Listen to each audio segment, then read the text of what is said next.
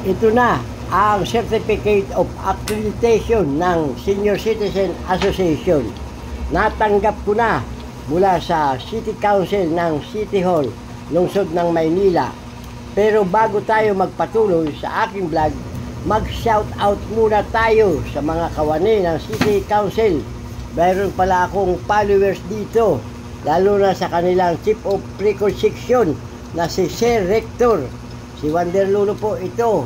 Magandang araw po. Magagalang, masisipag at mabilis magtrabaho ang mga nasa City Council. November 25, alas 2 ng hapon, pinatawag na muli ako para umatin ng resolution for accreditation ng association. Kasama ko ang mga opisyalis at chief of staff ng association. Bakit kailangan ma-accredit ang asosasyon? Ang accreditation ay mahalaga upang inyong organisasyon ay opisyal na kilalanin ng lokal na pamahalaan. Sa pamamagitan nito, ang organisasyon ay binibigyan ng formal na karapatan na kumakatawan at irepresenta ang senior citizen ng barangays sa lahat ng opisyal na usapin.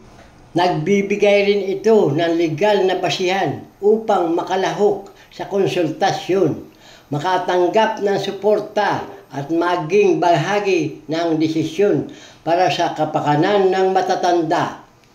Nakapost po sa katapusan ng video para may guide para sa accreditation ng samahan. Ibigay mo yun sa kanila.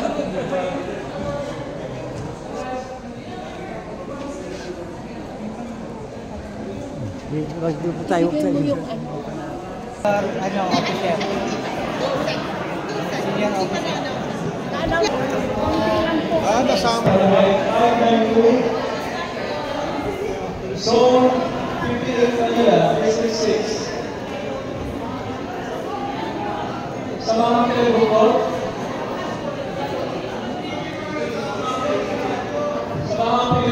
District 6. Okay.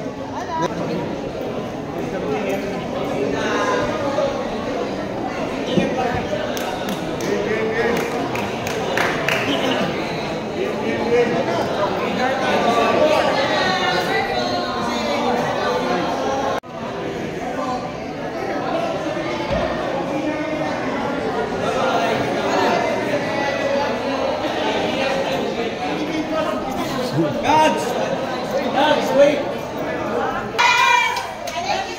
Sila na po nagkakaisa na ngayon sa Gaga, District 4. Dikit-dikit kayo, ayos kayo. Haba, ha. Hindi.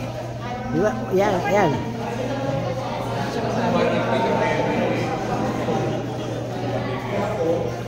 Okay.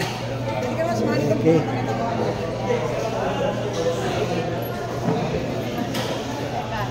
Makuha natin. Si Fermi naman. Pipicture sa atin. Picture natin.